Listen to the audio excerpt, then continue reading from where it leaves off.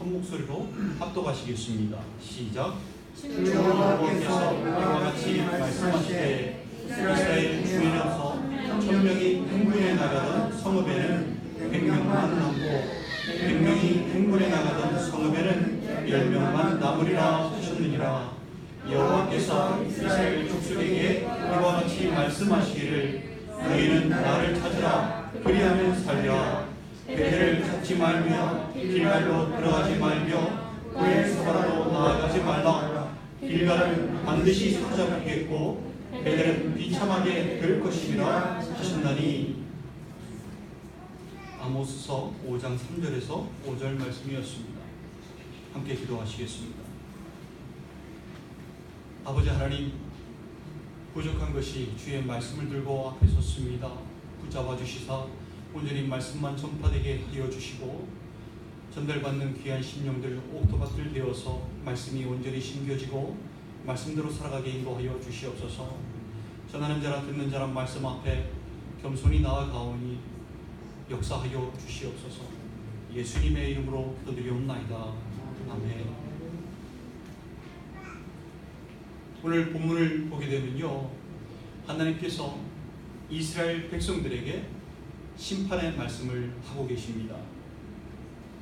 1000명 중에서 100명만 남고 100명 중에서 10명만 남으리라.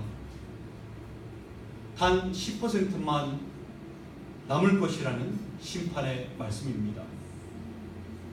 누가 그렇게 된다는 거죠? 택하신 백성 이스라엘이 그렇게 된다는 겁니다. 왜 그렇게 됐습니까? 이스라엘 백성들이 믿음을 지키지 못하고 세상과 타협하며 우상을 숭배하고 살고 있었기 때문입니다. 하나님께서 택하신 백성을 너무 가차없이 심판하신다고 생각하십니까? 하나님은 사랑이시라고 했는데 그 사랑이 없는 것처럼 느껴지십니까? 여러분, 하나님께서는요, 너희를 벌 줄 거야. 90%는 다 소멸시켜버릴 거야. 그래서 10%만 남을 거야 라고 심판을 작정하시고 저주하시는 것이 아닙니다. 그렇게 가다가는 죄의 결과로 죽을 수밖에 없다는 것을 말씀하고 계시는 것입니다. 그렇게 되지 않기 위하여 너희는 나를 찾으라 그리하면 살리라 라고 4절에 말씀하시는 것입니다. 사랑으로 살 길을 알려주시는 것입니다. 하나님이 절대로 사랑이 없으신 것이 아니고요, 심판을 작정하신 것도 아니신 것입니다. 이 심판의 메시지를 이스라엘 백성들이 들었을까요? 안 들었을까요? 귀로는 듣긴 들었는데 마음으로는 듣지 않았습니다. 왜 안 들었을까요? 이 심판의 메시지를 한 때가 언제인 줄 아십니까? 경제적으로 가장 번영하고 평안했던 이스라엘 왕 요아스의 아들 여로보암 2세 때였습니다. 가장 안전하고 편안하게 모든 사회적으로, 정치적으로, 경제적으로 유지가 됐을 때, 그때 하나님의 심판의 메시지가 전달되어진 것입니다. 선지자 아모스를 통해서요, 너무나도 평안한 시기에 나온 이 심판의 메시지가 이스라엘 백성들에게 들리지 않았습니다. 아십니까 여러분? 노아의 홍수 때에도요, 사회적으로 아주 평안했습니다. 안전하고 편안하고, 노아의 홍수 때 심판이 임할 것이라고 생각한 사람이 없었습니다. 에녹 선지자가 심판의 메시지를 전달했을 때도요, 편안하게 잘 살던 사람들은 그 말을 듣지 않았습니다. 노아가 홍수 심판이 있을 것임을 전달하는데도요, 사람들은 듣지 않았습니다. 그냥 미치광이 소리로 들었을 뿐입니다. 재수 없는, 흥을 깨는 광신자의 소리로 들었을 뿐입니다. 세상이 그렇습니다. 편안할 때 들려오는 심판의 소리를 들으려고 하지 않습니다. 아예 듣고 싶어 하지 않습니다. 내가 지금 삶을 즐기고 있는데 그리고 앞으로도 더 즐기고 싶은데 즐길 것이 많은데 심판이 있을 거라고 하는 소리는요, 한마디로 흥을 깨버리는 재수 없는 기분을 망치는 소리인 것입니다. 나하고는 상관없는 소리로 들릴 뿐입니다. 하나님의 심판은요, 이렇게 편안한 중에, 안전하다고 생각하는 중에 임할 것이라고 성경은 분명히 우리에게 말씀하고 계십니다.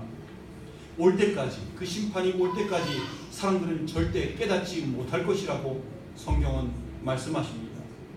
주님이 다시 오실 때에도 노아의 홍수 때와 똑같을 것이라고 말씀하십니다. 데살로니가전서 5장 1절에서 3절 말씀을 보면요, 형제들아, 때와 시기에 관하여는 너희에게 쓸 것이 없음은 주의 날이 밤에 도둑같이 이를 줄을 너희 자신이 자세히 알기 때문이라. 그들이 평안하다, 안전하다 할 그때에 임신한 여자에게 해산의 고통이 이름과 같이 멸망이 갑자기 그들에게 이르리니 결코 피하지 못하리라.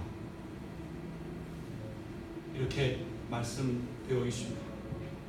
주의 날이 밤에 도둑같이 이를 것이라고 말씀합니다.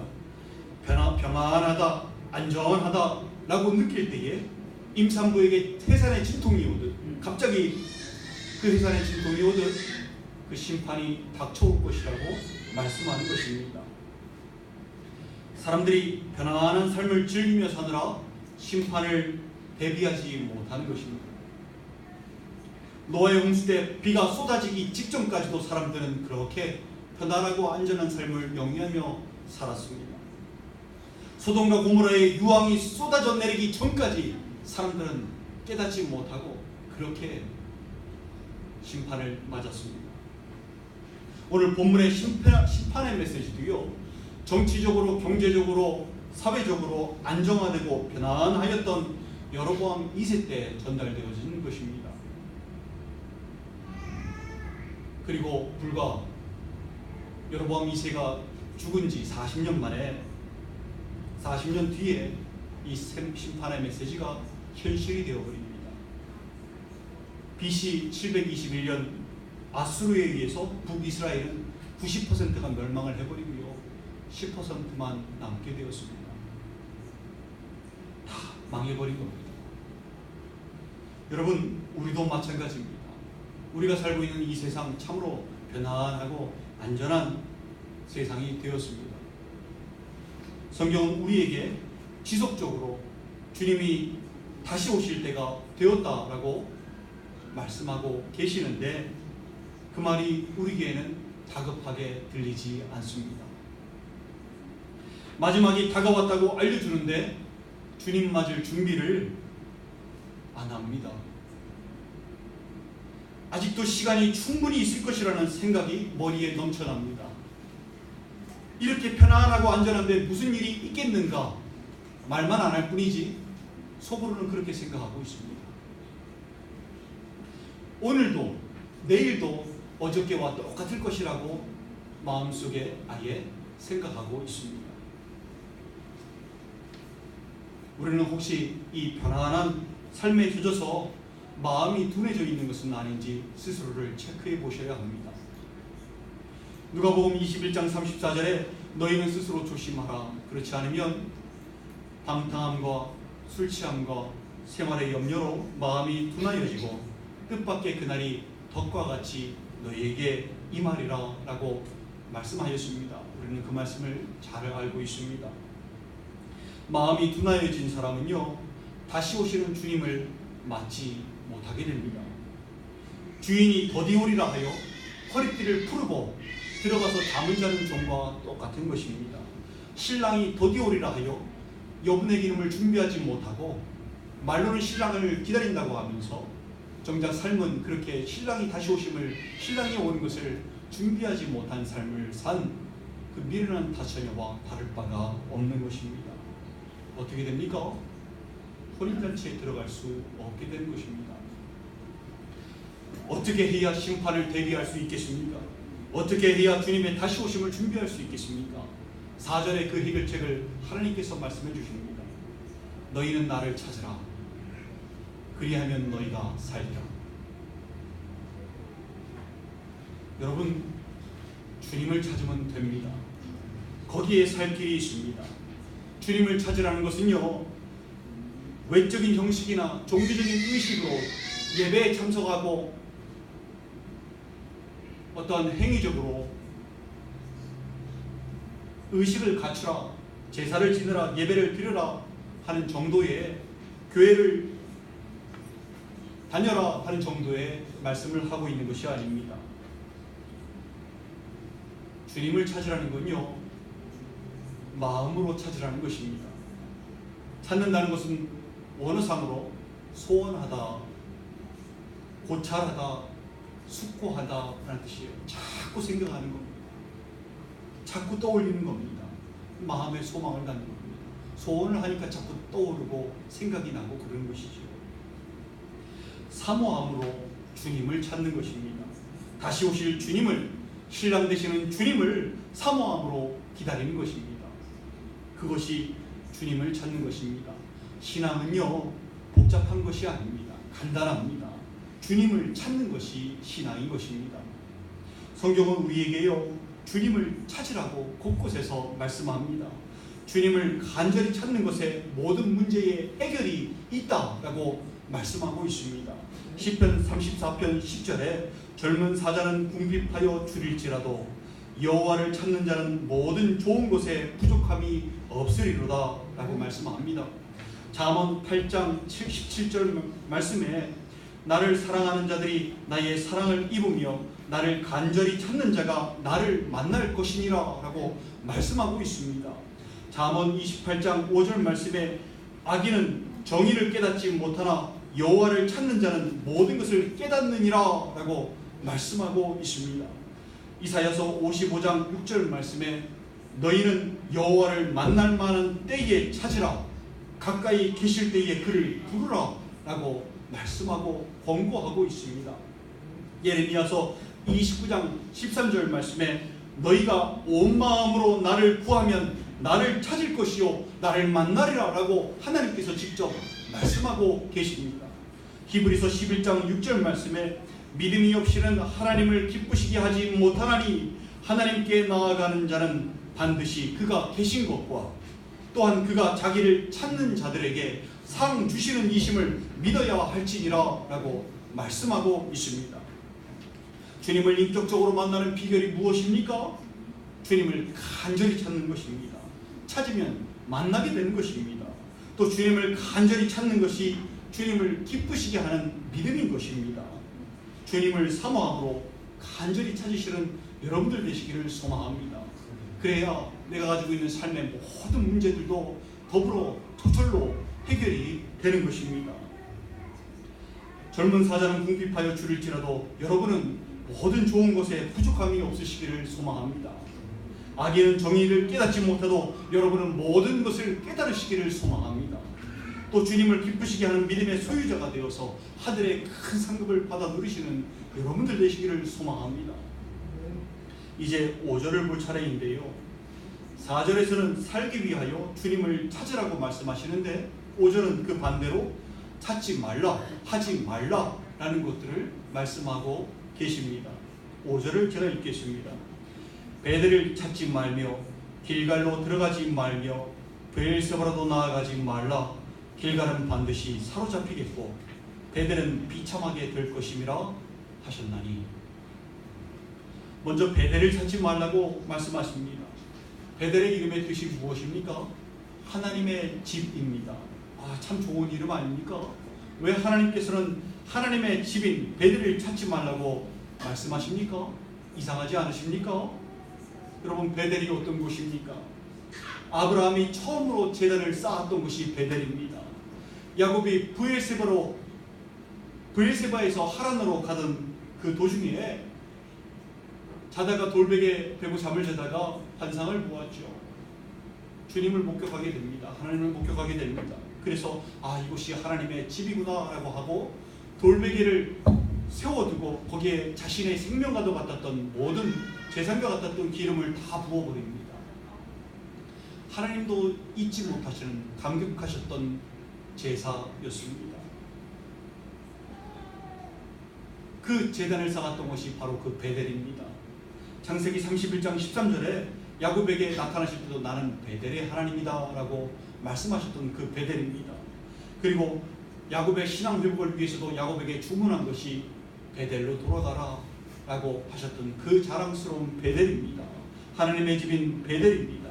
사사시대 와서는 그곳에 언약궤가 있었던 귀한 장소입니다. 선지학교도 있었던 아주 훌륭한 장소입니다.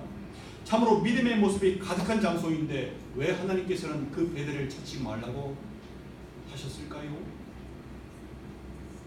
그 이유는 베델이 변질되었기 때문입니다. 느밧의 아들 여로보암 때에요. 북쪽 이스라엘과 남쪽 유대로 남북으로 갈려진 뒤에 그 베델에는 뭐가 놓여졌는가 하면 금송아지가 놓여져 있게 되었습니다.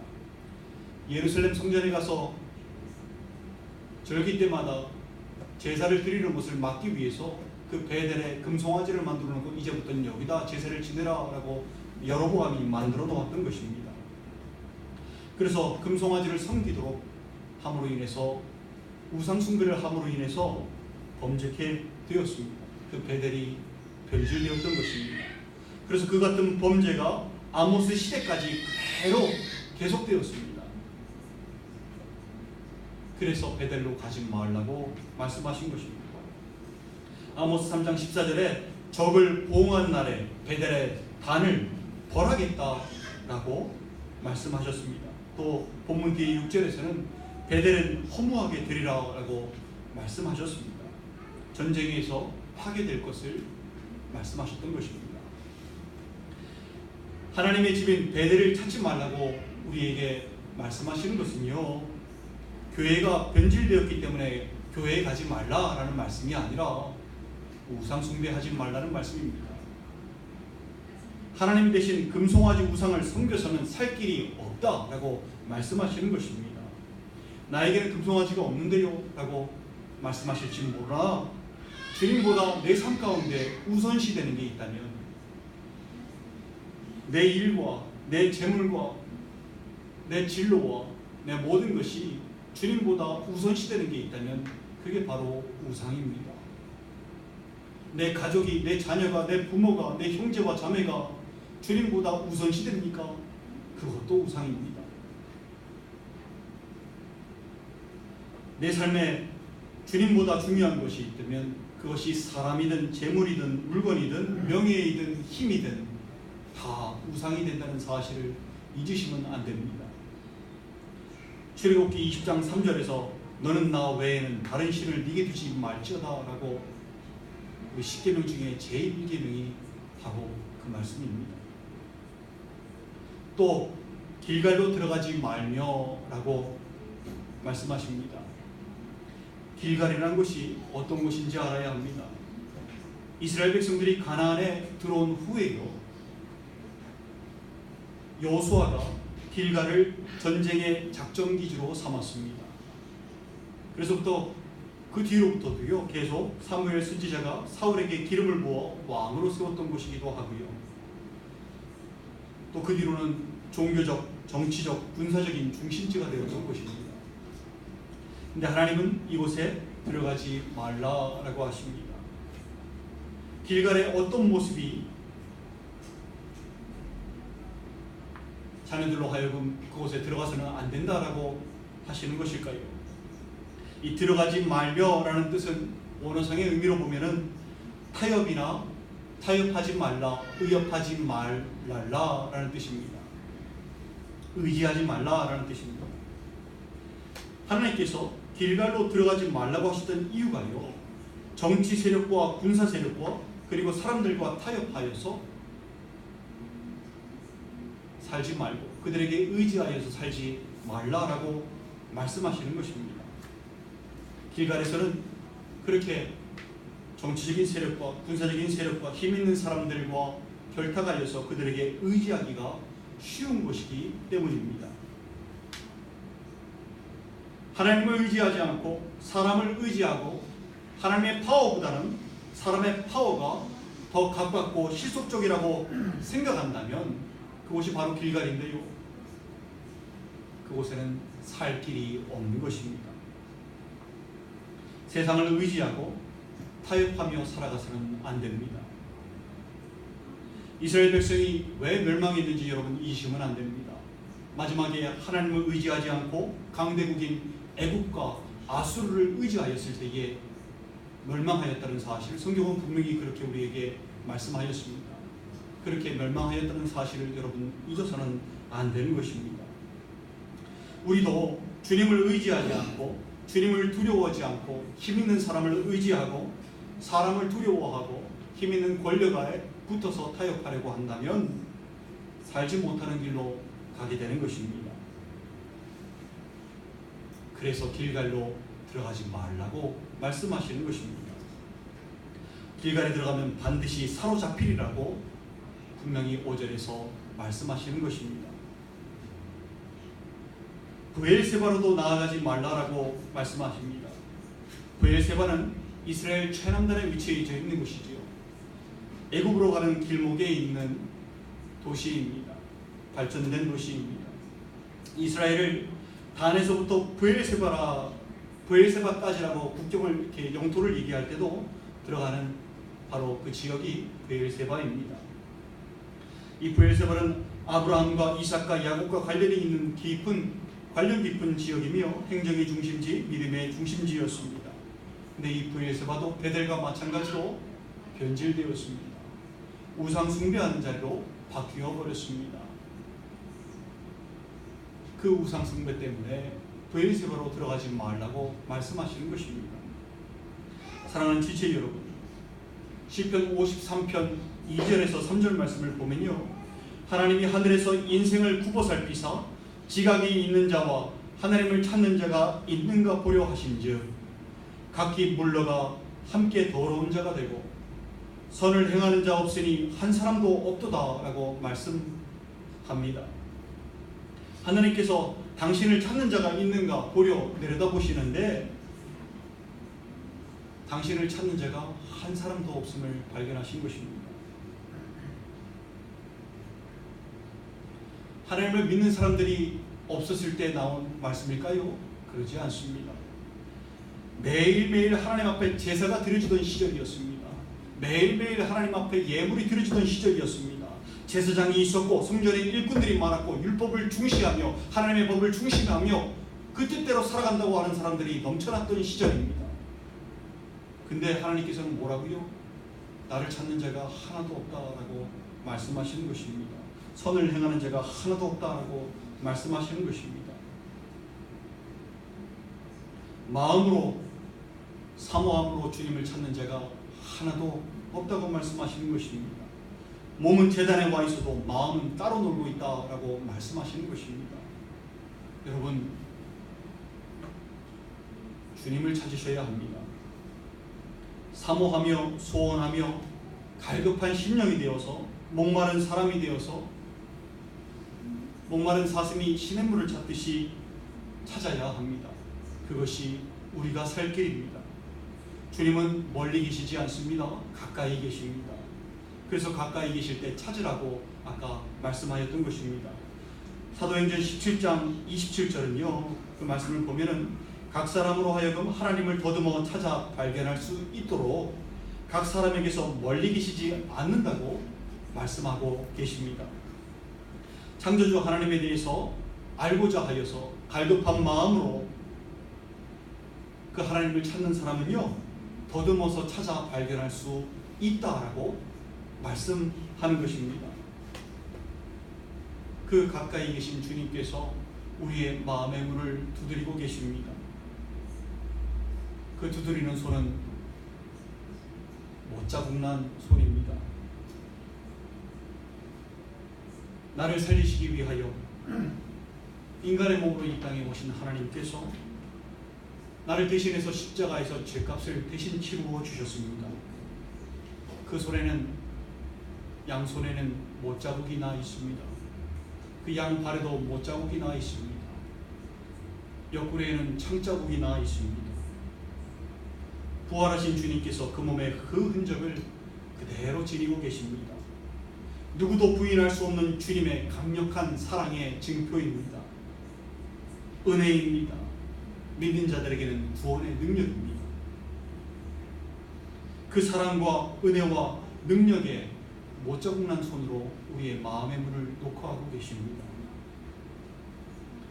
주님을 문 앞에 세워두지 마시고 사모함으로 주님께 마음의 문을 활짝 열어놓으시기 바랍니다. 그리고 주님과 함께 하시기 바랍니다. 그것이 우리가 살 길입니다. 그리고 남은 자가 되는 비결입니다.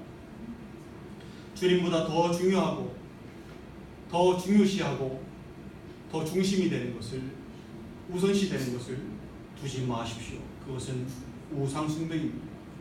사람을 의지하고 사람을 두려워하는 삶을 살지 마십시오. 세상과 타협하며 살지 마십시오. 재물에 매여서 재물을 쫓아 살지 마십시오. 모두가 다 우상숭배입니다. 멸망의 길입니다. 하나님과 재물을 함께 겸하여 섬길 수 없는 것입니다. 주님만 전적으로 의지하고 사모함으로 주님을 찾으시는 여러분들 되셔서 주님의 다시 오심을 넉넉히 준비하시는 여러분들 되시기를 주님의 이름으로 축원드립니다. 이 사순절 기간 동안 잘 준비되셔서 주님을 찾으시는 여러분들 되시기를 소망합니다. 함께 기도하시겠습니다.